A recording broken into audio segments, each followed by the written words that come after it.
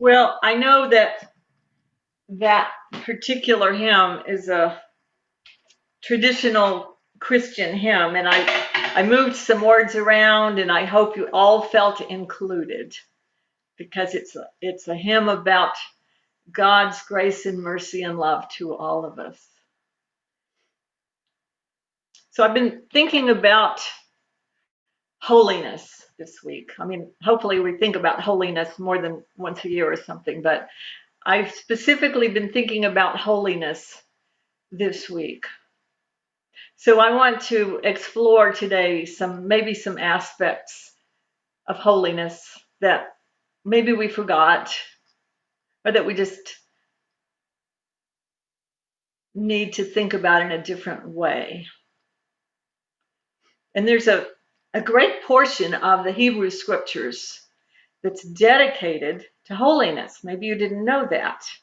And specifically in the book of Leviticus, the third book of the Hebrew scriptures, there's a chapter in Leviticus. I didn't know that till I started working on this. That's how much I knew. In the 19th chapter of Leviticus, there are all these wonderful guidelines about how to be holy. And let me parenthetically say that Leviticus is I think it translates to mean the law. And you may remember about hearing in the scriptures about the Levites. They were the priests of the temple who had all this memorized about the laws. And the laws at that time, several thousand years before Jesus was born, the laws were, there was no aspect of life that was not touched by a law. And somehow people were supposed to know all of these, and I don't know how, but the Levites knew them. And there were laws about how to eat and what to eat and when to eat and where to eat and who to eat with and how to wear your clothes and how to stand up and sit. I mean, there were just laws about every conceivable thing. But I love some of the teachings from the 19th chapter of Leviticus. They're about holiness. And I hate to use the word laws with holiness, but just let me highlight a few of those, and then I'm going to expand on that. The first thing, and I think these particular directions, if you will, about holiness apply to everyone in all generations, in all parts of the world, from whatever belief background one comes. The first and perhaps the most primary teaching about holiness was that there's no division between the sacred and the secular. It's not you go to temple or you go to the mosque or you go to church and that's where you're holy, and then you come home and you do your normal stuff. In Leviticus, and I think it's so true, but we forget it so often. I forget it so often. Holiness is like oxygen. It's there for everybody, and it's always there. There's no division between the sacred and the secular, and I like that very much. And I think that's a primary teaching in unity.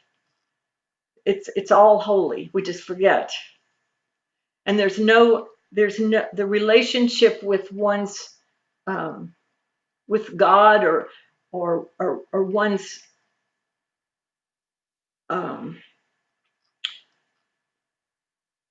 whatever the perfect example of holiness is in your life. And I will use God, whatever that is. That relationship is based on justice, integrity, and honesty. And the relationship with one's source of holiness, the source with a capital S, that relationship is all encompassing. Or at least that's what we hope for. That's what we strive for. Now, not to worry, I'm going to get to a story in a minute, but I want to set the background. You all are waiting for this story, aren't you? There's a story here, but I want to set this background. So, another really critical area of holiness is concern for the poor and the powerless. And especially, and I like this, this was in there, this was specifically in there that I thought was remarkable, and especially compassion for those with limited capacities. And for 12 years, full time, 12 years, I worked with people with mental and physical challenges.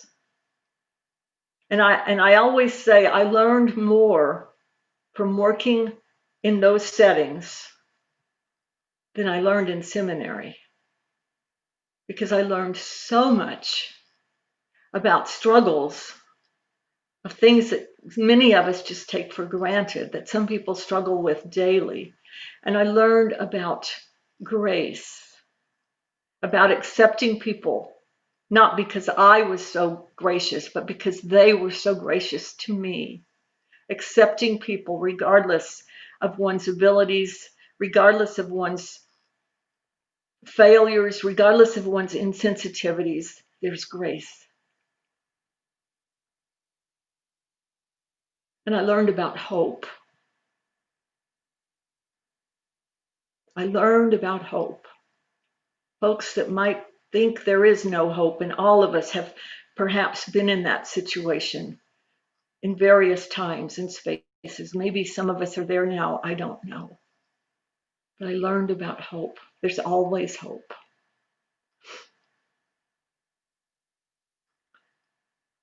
So I want to set those guidelines of holiness into a story about my first spiritual teacher, Jesus. I knew Jesus probably from before I was born. I was raised my father was a pastor, and my father was a really good man. And he always treated people with dignity and respect, and he always offered hope.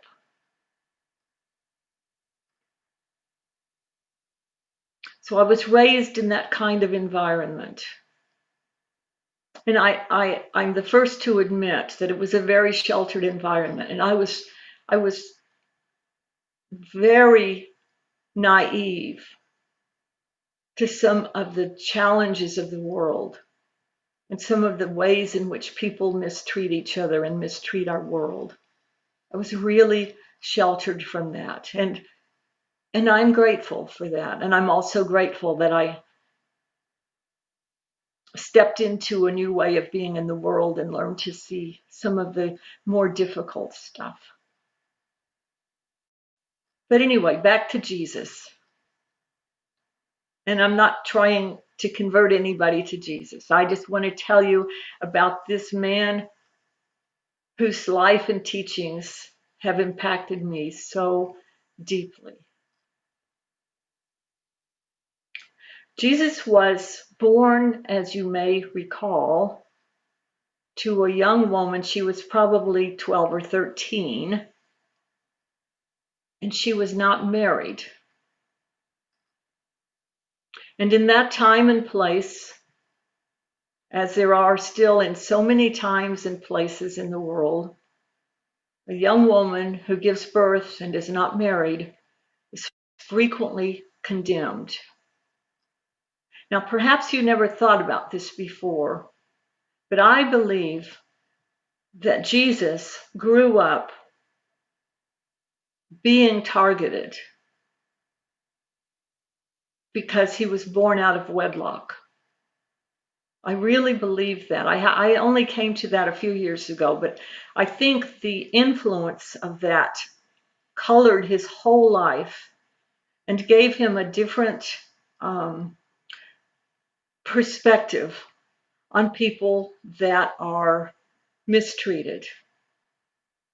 I think that's part of how he came to be such a good and compassionate person, because I think he had a really difficult childhood and people made fun of him. And as you know, if you know anything about Jesus' life, that did not stop after he grew up, after he moved away from home. A man of sorrows is how part of the scripture puts it. So eventually, as you may recall, Jesus developed quite a following, people that were eager to hear his teachings, people that wanted to get to know him. And by the way, Jesus was a human being. He was not God walking around. He was a human being.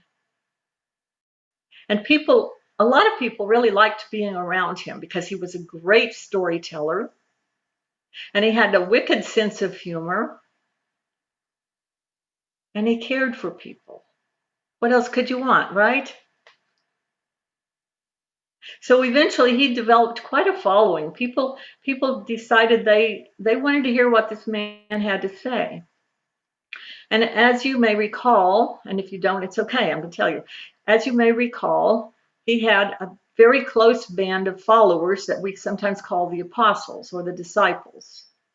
And they kind of stayed with Jesus. It seemed like everywhere he went for 3 years, they stayed with him. They traveled all over Palestine in that area, walking. And they met a lot of people. But here's the thing about Jesus. His disciples were mostly hardworking men, probably had never been to temple in their lives, maybe had never been taught about God, or at least if they had been taught about God, it was in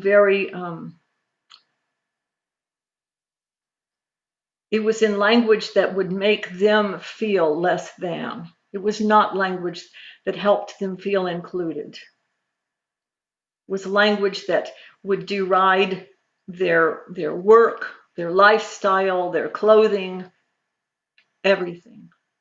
But this Jesus guy accepted them.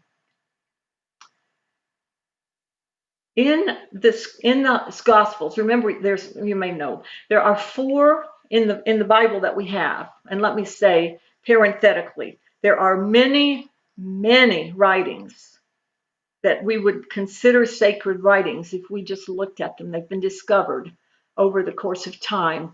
There are many, many writings that speak of Jesus. They're not in our Bible, and that's another story altogether. But in our Bible that we have is the Christian Bible and the Hebrew Bible. There's 4 Gospels: Matthew, Mark, Luke, and John. And this is really an amazing thing. There's almost nothing in all 4 Gospels. They're about the life of Jesus. There's almost nothing in all 4 Gospels. There's almost no incident that's recounted in all 4 Gospels. Now there's 2 that most of us can imagine are in all 4 Gospels. And the birth of Jesus isn't one of them. What is in all 4 Gospels is the crucifixion of Jesus and the resurrection of the risen Christ. That's in all 4 Gospels. There's only one other story, miracle, that's recounted in all 4 Gospels. Anybody know what it is? Raise your hand if you know. Anybody hesitant to try to guess? It's what's known as the feeding of the multitude, the great feast, the feeding of the 5,000, the feeding of the 4,000. Have we all heard of that? Okay, I'm going to try to fill in the blanks. So Linda's imagination is going now full steam. In Mark, which was the oldest gospel that was written down, and it was written down somewhere around 60, listen to this, it was written down 60 to 75 years after Jesus died. If you listen to that, if you think about that, that means there were no, listen, there were no eyewitnesses that lived with Jesus when the Gospel of Mark was written down. And that one was written down before the others. The Gospel of Mark is also, of the four Gospels, the shortest.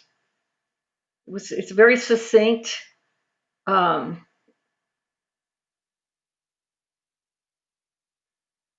It has, like the others, it has things in it that are not in the other Gospels, even though it's short.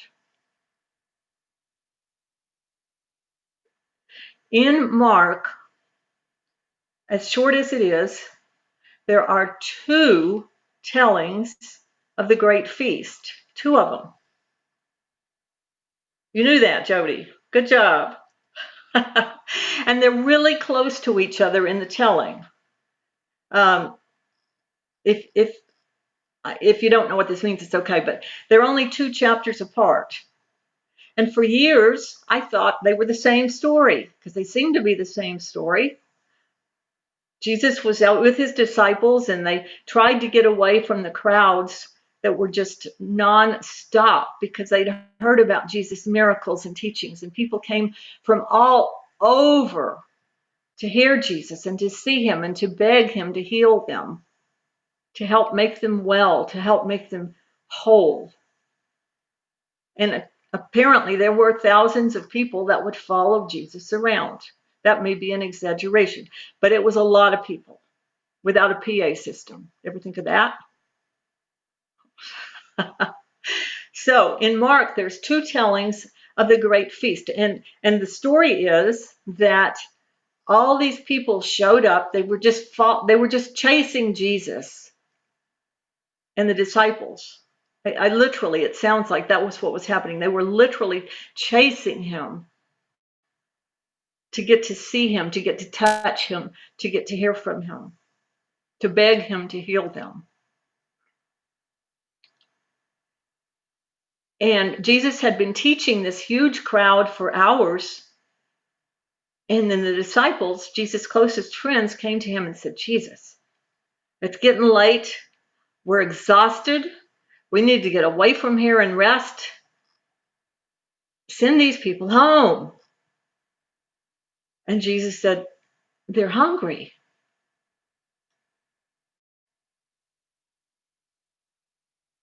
And they're a long way from home.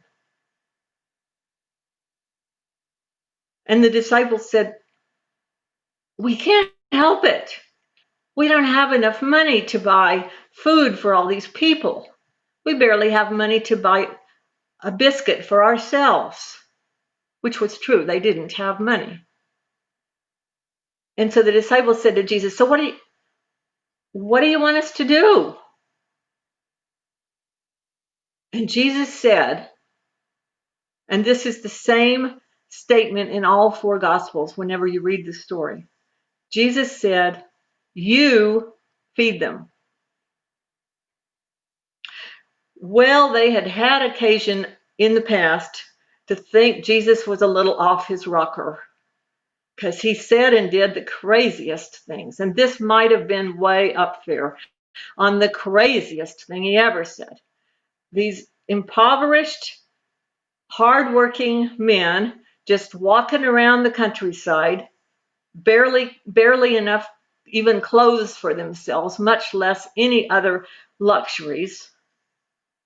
And Jesus says, you feed these hundreds and hundreds of people.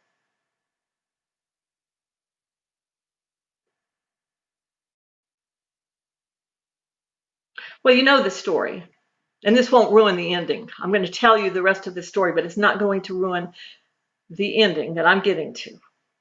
In all 4 Gospels, Jesus says, well, search around and see what kind of food there is. And in all 4 Gospels, there was a miniature amount of food.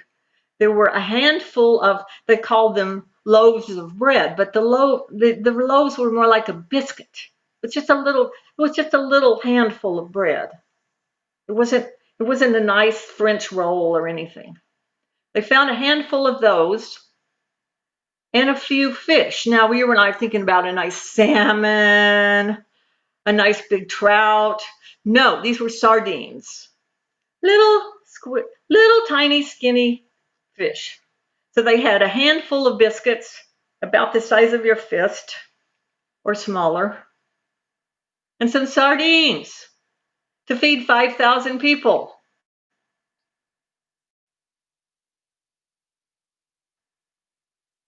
Do you know what? It says Jesus blessed the food, gave thanks, and fed everybody. Fed everybody. He told the disciples, have the people sit down in smaller groups of maybe 50 in a place, and have them all sit down in various spaces around the mountainside so that they can see and hear and they can share their meal together. And they all had food. They all had plenty to eat. So much so that there was lots of food left over.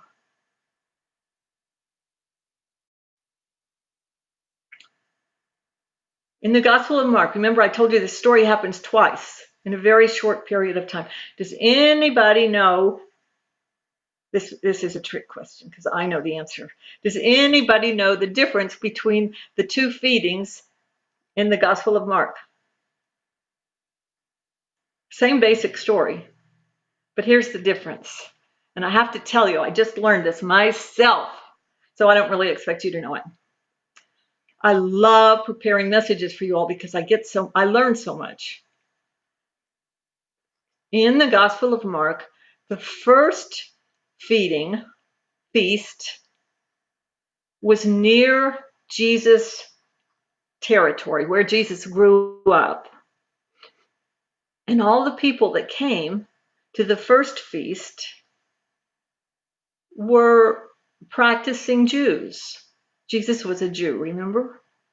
Of course he was. He was not trying to start a new religion.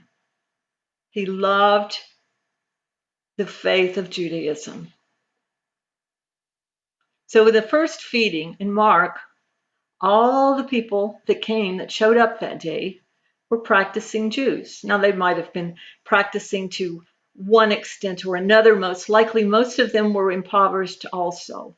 Most of them maybe could have gotten to the temple maybe once in their lives. It was just, they didn't have the wherewithal to travel. They didn't have the clothes. They didn't have the food. But they believed in the teachings of Judaism. In the second telling of the Great Feast, you have to kind of search because it's not obvious to those of us like me that don't know the geography in the Bible. But if you do a search and look at all the names of the places that Jesus and his disciples went to shortly before the Great Feast and shortly after, they were in territories that were not populated by practicing Jews.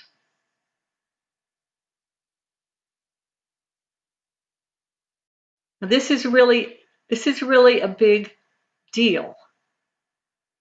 Consider all the ethnic cultures and spiritual traditions in our country, which is, by the way, a whole lot bigger than Palestine. But just consider it. Just think about even in just the DC area. Every race and ethnicity, pretty much every place in the world is represented in the DC area. Excuse me. And I used to sing before COVID, I used to sing for naturalization ceremonies. And it was one of the great privileges of my life to get to sing a patriotic number to welcome into our country new citizens from all over the world.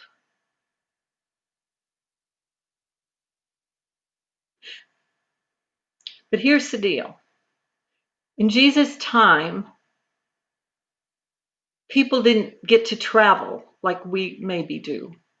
And they didn't have newspapers and all of the ways that we can learn about other parts of the world and other cultures. And they generally weren't exposed that much to other cultures and other ethnicities and other spiritual traditions. And so there was a lot of fear about the different kinds of spiritual practices. And as I said before, a lot of the laws, not just for the Jewish people, but for everybody, had to do with not trusting people that don't believe the way you do, not trusting people that don't live the kind of lifestyle you do. And that's just ingrained in cultures all over the world, I think. You've got to be taught to hate and fear. It's got to be drummed in your dear little ear. You've got to be taught from year to year. You've got to be carefully taught. And that's what happened. They were taught to hate and fear other people who didn't live or eat or pray the way they did. And we have that. We have that. It's rampant. It's rampant. As much as we don't want to believe it. So Jesus and his disciples had been traveling. I'm sure the disciples complained bitterly because Jesus kept taking them out of their geographic comfort zone into places where they weren't necessarily welcomed, where they were where the natives of that area were openly hostile to them, where they were treated with rudeness. And Jesus just kept taking his disciples to these other places outside of their culture. So Jesus went into Samaria. The Samaritan, you've heard of the Samaritans. They practiced Judaism, but they practiced it a different way from the Jews of Palestine and Galilee. And the Samaritans and the Jews of Palestine hated each other. They hated each other. There were riots because of it, if they crossed each other's path and didn't just get out of the way and go on. And remember what happened? Jesus went into Samaria one time on their travels, and he was thirsty, and there was a water well. And in those days, men were not supposed to draw water from the well. It was not masculine. Only women drew water from the well. Remember, he was in Samaria. There was a woman at the well. First of all, men who were not related to a woman did not speak to her or even look at her. This is another rule. That was the rule in Jesus' hometown too. Jesus went up to the Samaritan woman and asked her to draw some water from the well for him. And there's a lovely story about that for another day. But the woman drew water and gave it to Jesus and the disciples in Samaria. They went into many other locations where the people would not have made contact with a traditional Jew if they could have helped it. But Jesus always put himself out there, and he was the one. He was the one who offered to help. He was the one who saw someone suffering, a blind man who'd been blind from birth. In Jesus' day, and still many times in our world, it's the same. Somebody who has a significant challenging condition like blindness, they were treated like refuse. They were not given training. They were not taught. They were probably kicked out of their own family's home. And Jesus went to this blind man. And he healed the man, and the man could see. And Jesus went into one area, and there was a person who seemed to be what they said was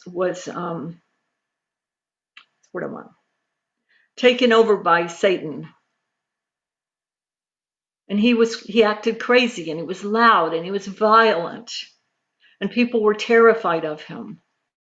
And they were sure it's because he was possessed by Satan, the devil, whatever. And Jesus saw this man, and he was kind to him, and he healed him. And over and over and over again, there are these stories of Jesus meeting people who had been completely outcast from their homes and families, or people who were just afraid of folks that were not of their own culture. And over again, he made these wonderful relationships and brought great healing and peace and joy.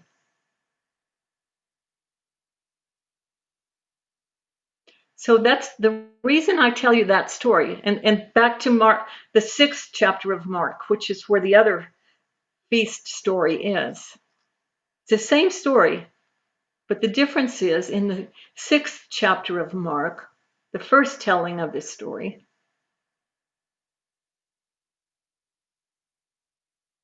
the people that Jesus encountered and the people that were there to receive this feast were practicing Jews. In the second telling, the people that were there to receive the feast were some of the people I just told you about. They were people from, quote, the enemy territories. And they all came together. Now that's remarkable. And if you realize this, what you may understand is that not one of those people that I just told you about, that Jesus reached out to and offered healing to, and perhaps all of the people or most of the people that showed up for that second great feast, not one of them would have been welcomed in the temple. Not one of them. And we're not so different, are we? We know that church, synagogue, wherever, mosques, all of us, we're frequently very exclusive in who we worship with. And it's not the way of holiness. And what I love about Unity, and I only came to Unity about 5 years ago, but what I love about Unity, and what I'd always realized I was not comfortable with, was Unity is such an exclusive form of spirituality. Teachings, practices, language, rituals, at least we try to be very inclusive. And if we think about the kinds of people I just told you about that Jesus reached out to that may have been there for the second feeding, honestly, would we go out and bring them in to worship with us? Maybe not. Maybe not. And perhaps it's not because we've intentionally held a grudge against them or been resentful of their teachings or their lifestyle. Perhaps it's just that we didn't realize it. We didn't think about all the people right now that are homeless, have lost their jobs, don't have money to eat. We didn't think about the young woman who has AIDS and a baby. It's not that we're cruel or vindictive or hard-hearted. We just forget. We just forget.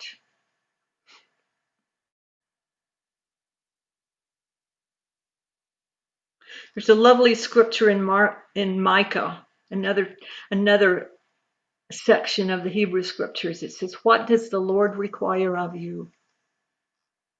The Lord requires of you to do justice, to love mercy, and to walk humbly with your God.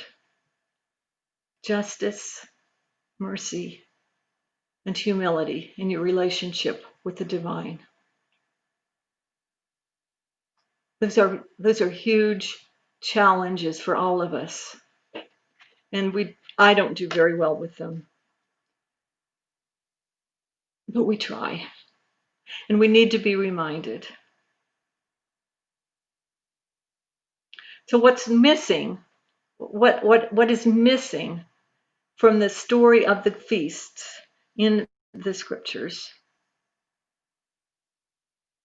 After they ate, after many of them ate with people they didn't know, they would have walked past if they had seen them, people they would have never imagined they could feel safe and comfortable and blessed by. After they ate, it doesn't say what happened.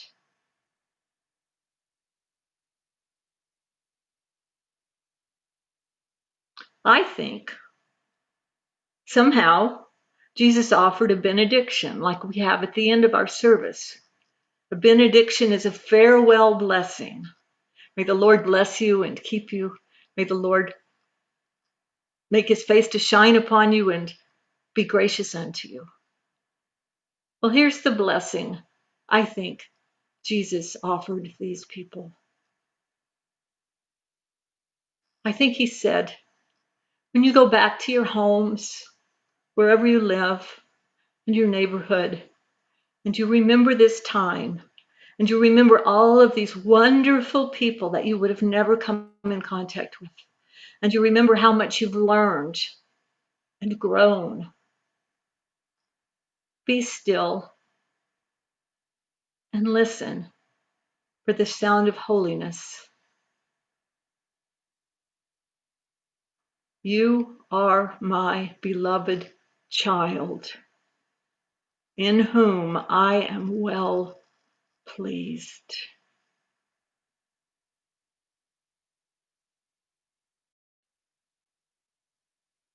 And the angels and all that's sacred are offering that to you today. You, every one of you, are God's beloved child. And God is well pleased and grateful for you. So be it.